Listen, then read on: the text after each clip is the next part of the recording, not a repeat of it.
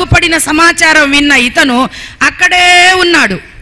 38 ఏళ్ళంట ఆయన వయసు కాదు, ఆ రోగం యొక్క వయసు. అతని వయసు అక్కడ చెప్పబడలే, ఇంకా ఎక్కువ కూడా ఉండొచ్చు.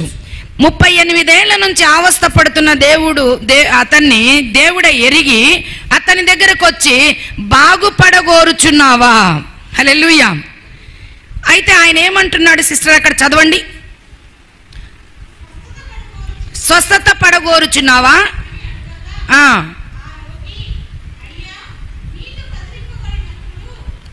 అంటే అక్కడి విషయాన్నే మాట్లాడుతున్నాడు. ప్రజెంట్ మనిషి అనుకుంటున్నాడు ఈయనని. ఈయన ఒక సహజమైన మానవుడు వచ్చి నన్ను మాట్లాడిస్తున్నాడు అని అనుకుంటున్నాడు, కానీ ఇతనే బాగు చేస్తాడని తెలియదు ఆయనకు. అయితే యేసు ప్రభు ఏం చెప్తున్నాడు, అతన్ని వెంటనే బాగు చేయటం చూస్తాం.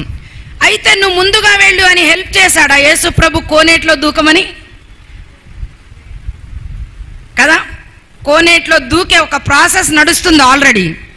అంటే ధర్మశాస్త్రములో ఉన్న ప్రాసెస్ ఒకటి నడుస్తూ ఉంది, దానికి దీటుగా ఈయన పని చేస్తున్నాడు ఇక్కడ. దేవునికి స్తోత్రం, హల్లెలూయా.